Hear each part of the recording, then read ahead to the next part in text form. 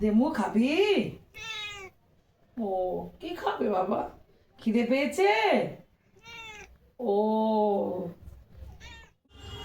ও হচ্ছে আমার দেমাকি। আমার ছোট মেয়ে, বড় মেয়ে আছে, সে এখন অফিস গেছে। ওর বয়স 16। আমার মা এই পৃথিবী ছেড়ে চলে যাওয়ার পরে ও আমার বাড়িতে আসে। ওর সাথে ওর বোনও আসে। তো আমার দিদি আর মা পর পর পৃথিবী ছেড়ে চলে যায়। তো হঠাৎ আমার যেন মনে হয় যে আমার মা আর দিদি এসছে।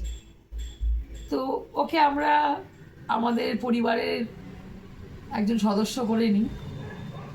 16 বছর আজ ও আমাদের সাথী। ওর গল্প একদিন করব। ওর নাম দেমাকি। ভীষণ ভালো। ও যখন ইয়াং ছিল তখন সবাইকে বাঁচানোই ছিল ওর একমাত্র কাজ। তো কোথাও যেন আমার মায়ের ক্যারেক্টার আমি ওর মধ্যে খুঁজে পাই। তাই ওকে আমার মেয়ে বলতে পারেন, আবার আমার মাও বলতে পারেন, তাই না মা? তুমি আমার মা? বলো মা, বলো তুমি আমার মা।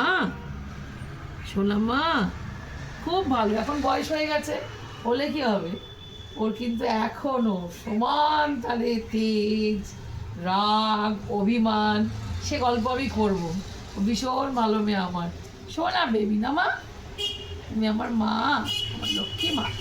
এই না, তেজ বলতে বলতে তেজ, যে বেশি আদর হয়ে গেছে সেটা ওর আবার সহ্য হয় না, সব কিছু লিমিটে।